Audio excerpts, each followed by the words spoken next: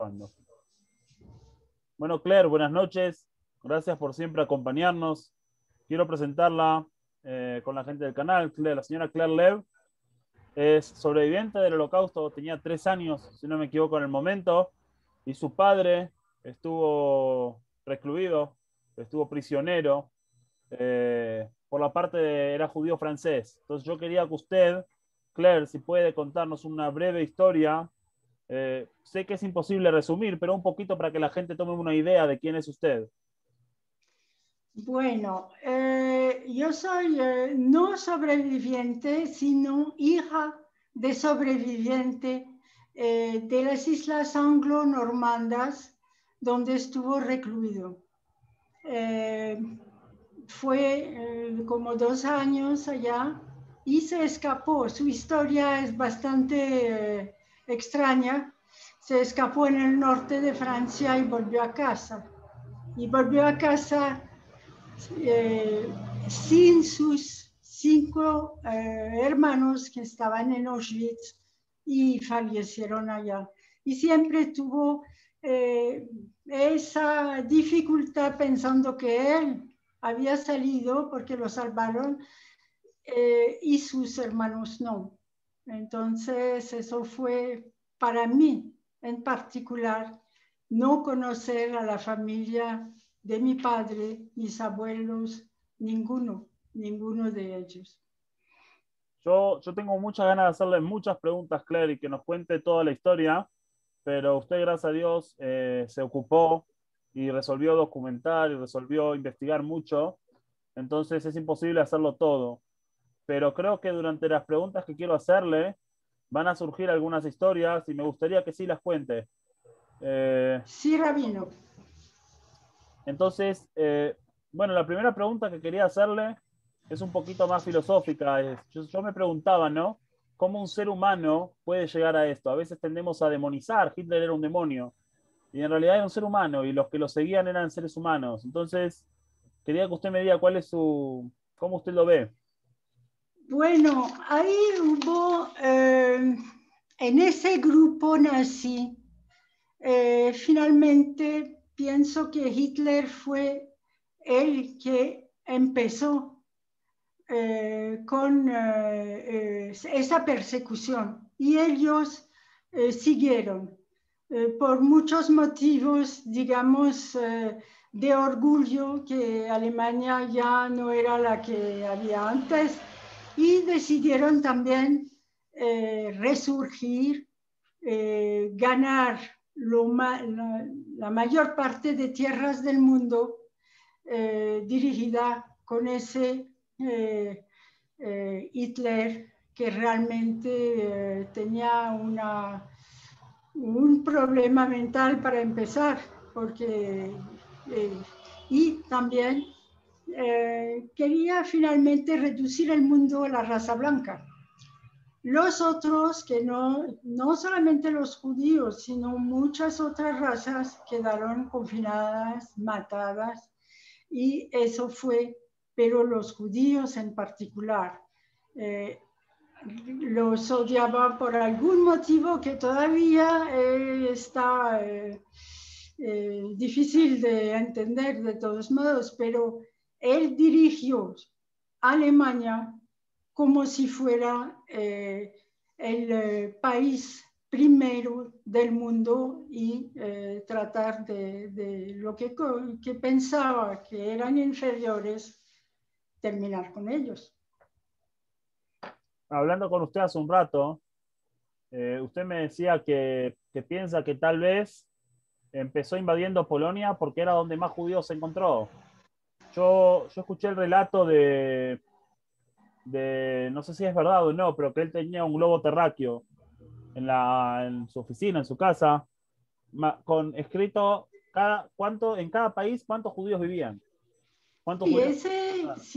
sí, porque Polonia fue el primer país que empezó con la guerra y que atrajo pues finalmente todo, sí, Todo el mundo. ese movimiento de conquista. Entonces, ¿por qué Polonia primero?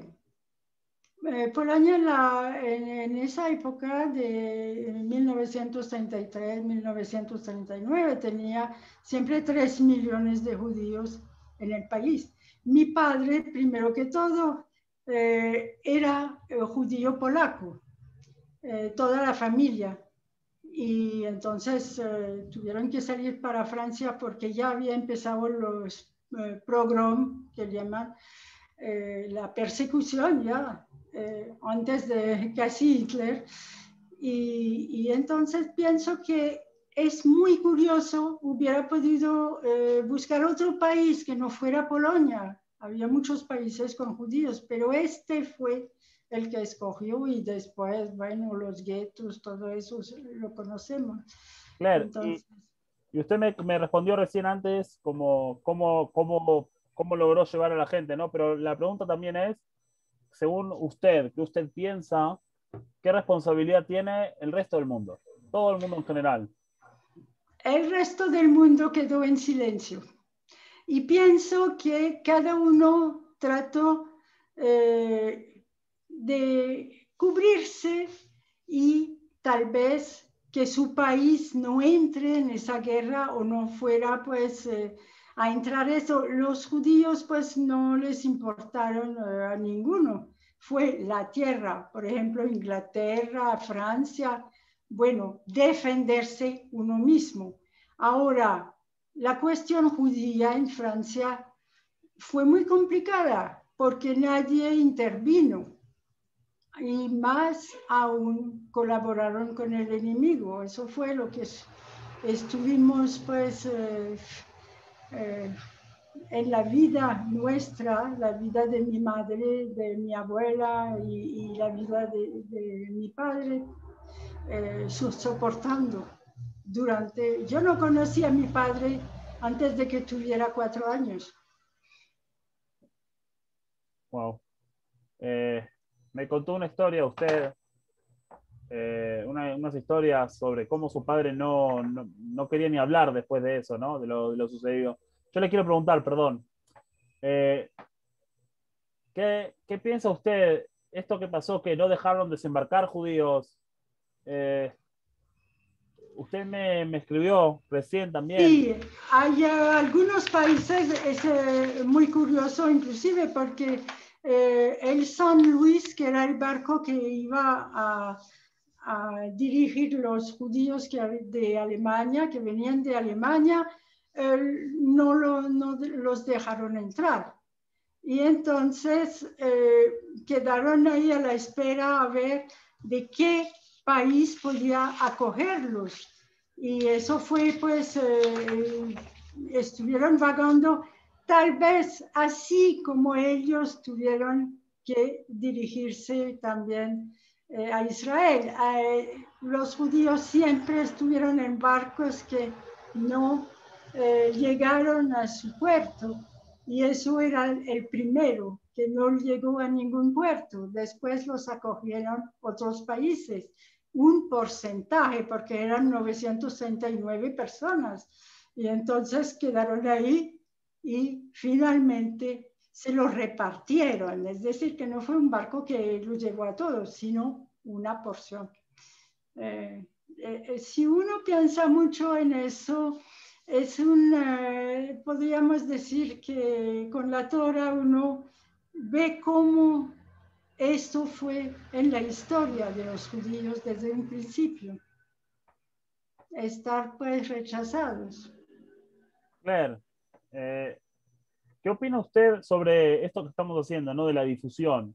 Que la gente sepa, no vivir pensando en eso, pero sí, No. cuando toca la fecha, difundirlo un poquito. ¿Qué opina usted del tema? No, yo pienso que no solamente es importante, tiene que ser. En Francia hicieron un programa con visita a Auschwitz de los estudiantes y fue obligatorio conocer la historia de la Shoah en ciertos colegios. Y eso fue muy bueno porque había unos estudiantes que visitaban y decían, no, eso no ha pasado, eso no ha pasado. Y la que dirigía decía, espera y verás cómo eran las condiciones en esa época y qué pasó. y quedaron pensativos. Pienso que hay que hacerlo. ¿En el sentido de que para que no se repita o en el sentido de que tienen que conocer lo que pasó por una cuestión histórica? Pienso las dos cosas.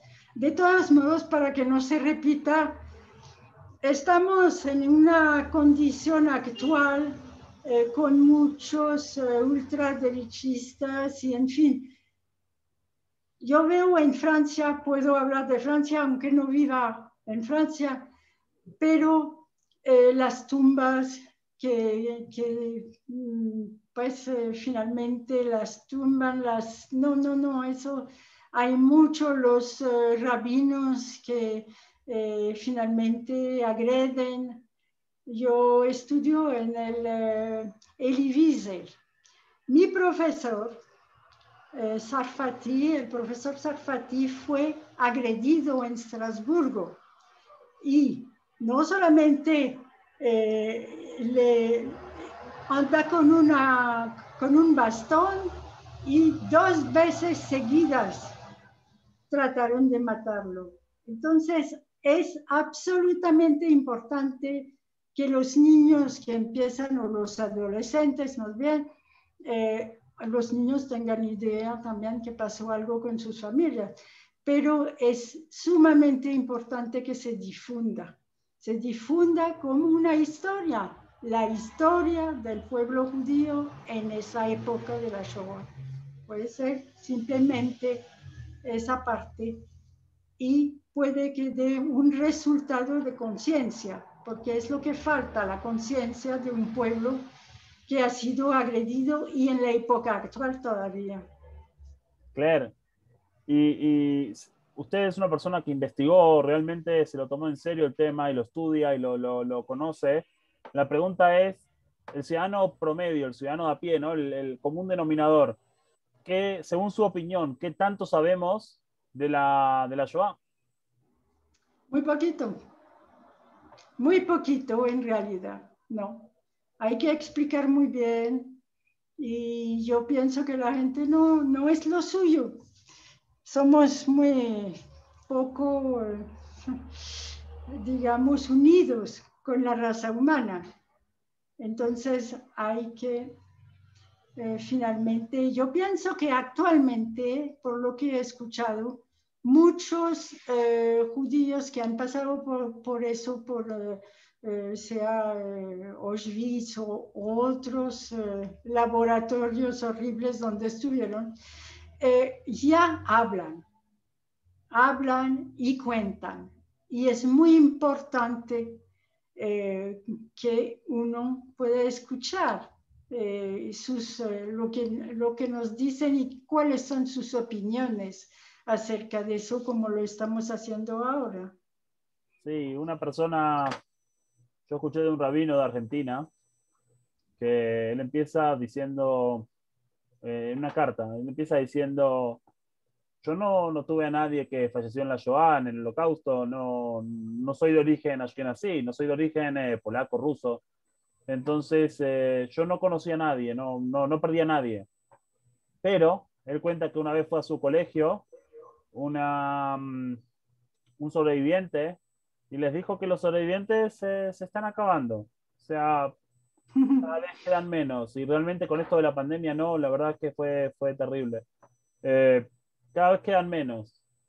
Y que ellos de ahora en adelante que escucharon algunos relatos y que lo vieron a él, que él era sobreviviente, ellos ahora son testigos, porque ellos van a poder contarle a sus hijos, o en el futuro van a poder contar que ellos miraron a los ojos a un sobreviviente. Yo personalmente tuve esa suerte, no sé si puedo decir suerte, ¿no? Pero tuve ese privilegio, no sé cómo llamarlo. Eh, sí conocí sobrevivientes y sí pude mirarlos a los ojos y recién hablé 20 minutos por teléfono con una sobreviviente y me contó historias terribles. Y yo puedo decirle a mis hijos, bueno, yo conocí sobrevivientes, eh, pero mis hijos no sé qué van a poder decir. Mis hijos no sé si van a poder decir eso. Seguramente mis hijos van a decir, yo conocí a papá, que papá conoció sobrevivientes. Entonces pienso que estos testimonios son muy importantes. En ese orden de ideas, Claire, le quería preguntar, que por favor si nos puede contar cómo fue que su papá salió, cómo fue que su papá logró sobrevivir, por qué su papá logró sobrevivir. Me refiero a esa protesta, me refiero que usted nos cuente.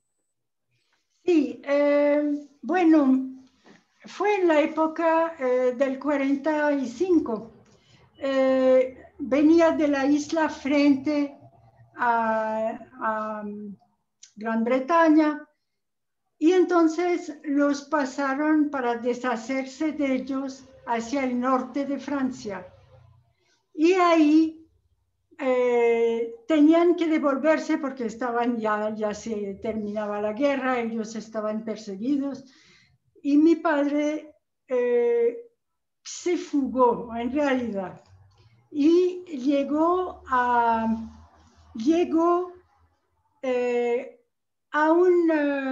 campo, el campo que quedaba detrás, se fue corriendo, no recogió nada que llevaba una bolsa y se fue hasta una finca. Y entonces, en ese momento, había campesinos, trabajaban el tabaco de contrabando ahí, y les dijo, estaba vestido de preso, de todos modos, y les dijo, escóndame, escóndame, y mostró, finalmente había recibido una foto mía, y había una niña de 11 años, y entonces dijeron, es un riesgo porque nos pueden matar, todavía hay alemanes por aquí, pero lo escondieron. Y a los 4 días, un guardabosque le dio un abrigo y lo puso en la carretera donde todo el mundo viajaba para volver pues, a Francia, y había alemanes además. Entonces se escondió allá y luego cogió la carretera y se fue para París. Caminó 4 días y llegó a casa, finalmente. Eso fue el final, pero no todos tuvieron esa suerte y él siempre estuvo muy triste porque era el único que estaba vivo y toda su familia ya en Auschwitz desapareció, nadie salió. Eso fue Claire, la historia. Claire, muchas gracias. Muchísimas gracias por estar, por compartir. Siempre que yo la llamo para que hable con mis estudiantes o para que nos ayude en algo, siempre usted está presente y le agradezco de todo corazón. Y hay que publicar las memorias de estas personas, ¿saben? Sí, Hay Claire. que hacerlo. Y no, usted tiene las memorias y usted tiene mucha documentación. Yo recién mostré algo, pero tengo cantidad de documentación suya que escaneé, que realmente demuestran un horror, ¿no? Un horror. Y dice, no son solamente los documentos, son los relatos. Hay que contar y que se publique las memorias de los que quedaron, que somos nosotros los que tenemos que hablar, contar y para que se difunda. Yo pienso que eso es muy importante. Cualquier persona puede escribir finalmente y relatar eso y que se difunda. Rabino, yo le agradezco muchísimo. Para mí realmente es un honor y sobre todo uno pues realmente siente que ellos están presentes de nuevo. Muchas gracias, Rabino. Gracias, Claire. Ahora me comunico. Gracias.